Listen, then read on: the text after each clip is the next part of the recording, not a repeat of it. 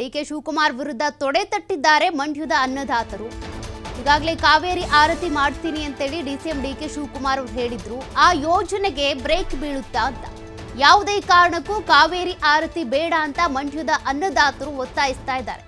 ಇನ್ನು amusement park ಕೂಡ ಬೇಡ ಅಂತೇಳಿ ರೈತರು ಹೇಳ್ತಾ ಇರೋದು. ನಿಮ್ಮದು ಹಠವಾದರೆ ನಮ್ಮದು ಹಠವೇ ಅಂತೇಳಿ ರೈತರು ಈಗ ಪಟ್ಟು ಹಿಡಿದಿದ್ದಾರೆ. ಹಾಗಾದ್ರೆ ಈ ಒಂದು ಕನಸಿನ ಯೋಜನೆ ಏನಿದೆ, ಡಿಸಿಎಂ ಡಿಕೆ ಶಿವಕುಮಾರ್ ಅವರು ಇಟ್ಕೊಂಡಂತ ಯೋಜನೆ, ಅದಕ್ಕೆ ಬ್ರೇಕ್ ಬೀಳುತ್ತಾ? ಮಂಡ್ಯದ ಸಭೆಯಲ್ಲಿ ರೈತ ಒಕ್ಕೂರಲ ಅಭಿಪ್ರಾಯ ಇದು. ಮಂಡ್ಯ ಉಸ್ತುವಾರಿ ಸಚಿವರ ನೇತೃತ್ವದ ಸಭೆಯಲ್ಲೂ ಕೂಡ ಚಲುವರಾಯಸ್ವಾಮಿ ಅವರ ಜೊತೆಗೆ ಹೇಳಿದ್ದಾರಂತೆ ರೈತರು, ಈ ಯೋಜನೆ ಬೇಡ ಅಂತ. ರೈತ ಸಂಘಟನೆಗಳಿಗೆ ವಿವಿಧ ಬೇರೆ ಸಂಘಟನೆಗಳು ಕೂಡ ಬೆಂಬಲವನ್ನ ಕೊಡ್ತಾ ಇವೆ. ಹೀಗಾಗಿ ರೈತರ ಹೋರಾಟಕ್ಕೆ ಸೈಲೆಂಟ್ ಆಗಿದ್ದಾರೆ ಸಚಿವ ಚಲುವರಾಯಸ್ವಾಮಿ ಅವರು.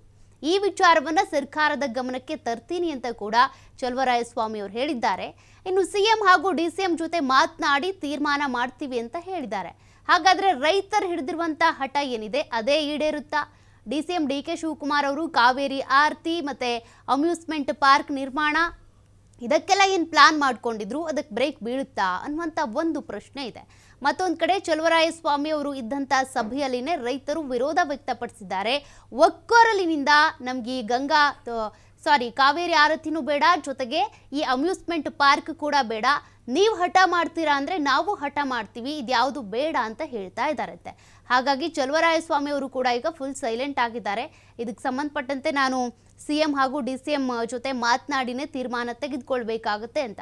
ಏಕೆಂದರೆ ಮಂಡ್ಯದ ಉಸ್ತುವಾರಿ ಆಗಿರುವಂಥ ಚಲುವರಾಯಸ್ವಾಮಿ ಅವರು ಜನರನ್ನ ಎದುರು ಹಾಕೊಳ್ಳೋದಕ್ಕಾಗಲ್ಲ, ಅನ್ನದಾತರನ್ನ ಎದುರು ಹಾಕೊಳ್ಳೋದಕ್ಕಾಗಲ್ಲ.